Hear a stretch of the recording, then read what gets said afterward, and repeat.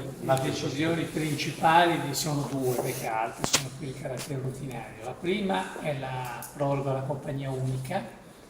È stata una decisione che ha raccolto, direi, il favore un po' di tutti. Stamattina nella commissione consultiva con le parti economico-sociali e poi poco fa al comitato.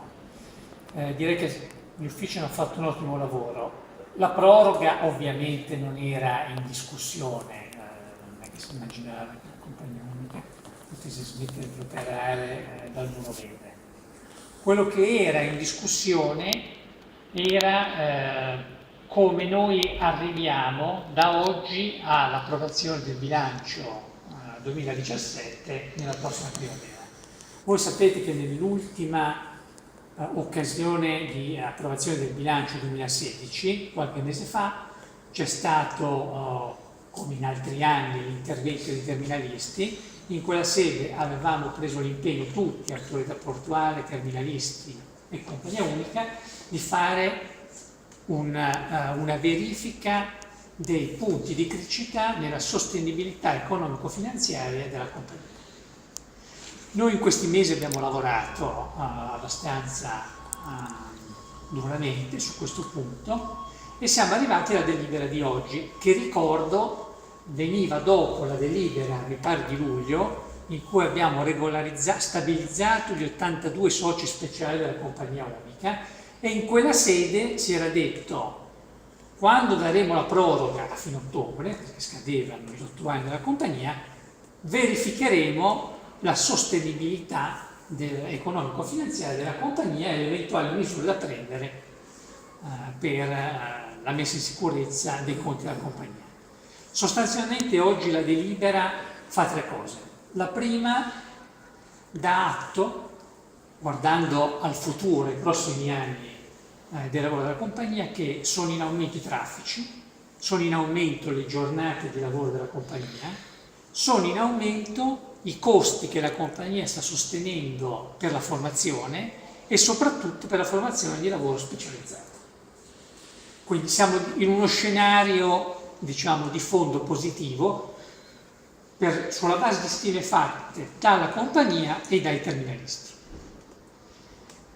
Negli anni passati la compagnia ha ottenuto qualche risultato positivo sul fronte della riduzione dei costi di struttura. A fronte di questa situazione di fondo, nella delibera di oggi noi approviamo alcune regole in materia, in primo luogo, di rispetto degli orari di lavoro, entrata, uscita, badge, pause da parte I cavalli avranno il badge, che è una cosa veramente nuova, si aveva un tempo il lattone. È così, diciamo, c'è un impegno da parte della compagnia nel rispettare, appunto, come dicevo prima, gli orari di lavoro, le pause durante lo svolgimento dei propri servizi. In secondo luogo vengono fissate norme molto precise in termini di rispetto dei requisiti di sicurezza, quindi tutto quello che ha a che fare con la sicurezza in cantiere, dall'abbigliamento rispetto di tutte le norme, diciamo, sulla sicurezza. Questi 2 diversi ambiti, che ricordo fanno parte del regolamento per il lavoro temporaneo, sono, come accade spesso quando si fa una norma, diciamo, c'è un apparato sanzionatorio. Vengono previste penali che dovranno essere dalla compagnia, nel rispetto ovviamente delle norme vigenti e del contratto collettivo nazionale, essere imputate al singolo socio inadempiente. Questo, come sapete, era una richiesta molto sentita da parte dei terminalisti, e la compagnia, devo dire, ha fatto un passo in avanti in questa direzione, accogliendo queste richieste. Dal canto loro, i terminalisti si impegnano a pagare in modo più sollecito la compagnia a fronte della presentazione di fattura da parte della compagnia. Voi sapete che già il regolamento prevede 30 giorni, abbiamo situazioni in cui questo termine non è stato rispettato, prevediamo che la compagnia possa esigere quanto dura dai terminalisti in termini di due solleciti, e prevediamo anche che a fronte di gravi ritardi la compagnia possa rifiutarsi di offrire le proprie attività al singolo terminalista inadempiente. Questo è con riferimento a provvedimenti di natura specifica approvati oggi. Questo però, diciamo, sono due passi avanti, ma credo che non vadano a risolvere il cuore del problema. Noi nella delibera di oggi prevediamo che entro 3 mesi la compagnia unica presenti un piano di impresa. Questo piano di impresa deve prevedere misure che la compagnia unica proporrà all'autorità di sistema portuale, volte a mettere in sicurezza i conti della compagnia, ovvero a evitare di presentarsi in situazioni come negli anni passati. Questo piano, che ricordo deve essere realizzato in 3 mesi, funziona sulla base di alcune assunzioni che la compagnia, insieme all'autorità portuale e ai terminalisti, poi ci ritorno, deve fare perché appunto il modello gestionale stia in piedi. Sono essenzialmente 3 tipi di assunzioni.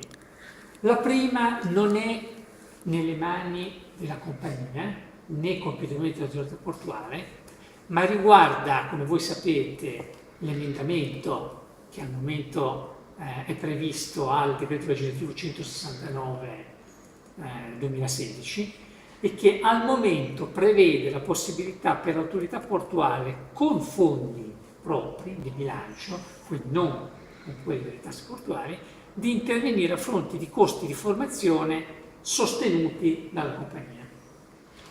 Questo noi sappiamo che non basta. Perché la compagnia unica stia in piedi abbiamo bisogno di aggiungere all'attuale formulazione dell'emendamento il fatto che sia possibile attingere, come era già previsto nella norma vigente, sui fondi delle tasse portuali, non solo per interventi di formazione, che ricordo sono stati l'anno passato circa per 700.000 euro, ma anche per accompagnamento alla quiescenza. Accompagnamento alla coscienza di un lavoro che va probabilmente qualificato in modo diverso come oggi, ma in modo usurante. Questo è un punto molto delicato, perché noi dobbiamo pensare, come ho detto prima, alla messa in sicurezza dei conti della compagnia. La messa in sicurezza dei conti della compagnia non arriverà esclusivamente dal dialogo tra la compagnia e i terminalisti, non è nei numeri. Arriverà da questo, ci arriviamo tra un attimo, ma dovrà arrivare anche da un intervento normativo che consenta di aggredire questi 2 punti: formazione, accompagnamento alla quiescenza. E nel piano dovranno esserci queste assunzioni. È chiaro che non dipende dalla compagnia poter repartizzare, ma è giusto che la compagnia dica: ho bisogno di questi interventi per mettere in equilibrio i conti della compagnia. Secondo aspetto del piano, seconde assunzioni, efficientamento. Ho già detto prima, sui costi di struttura sono stati fatti dei passi avanti, ma è possibile farne altri. Quindi nel piano noi ci attendiamo che la compagnia faccia ulteriori assunzioni che scontino un ulteriore efficientamento. Terzo ambito, la produttività, cioè il confronto sulla tariffa con i terminalisti. Sulla base anche dei due pilastri che ho citato finora, emendamento ed efficientamento, la compagnia nel piano deve fare un'assunzione sugli incrementi di produttività e la tariffa che concorderà con i terminalisti. Nella delibera voi leggerete che al momento del piano il piano potrà essere suffragato da intese già raggiunte con i terminalisti o in via di negoziazione, che adesso non possiamo immaginare che noi 3 mesi.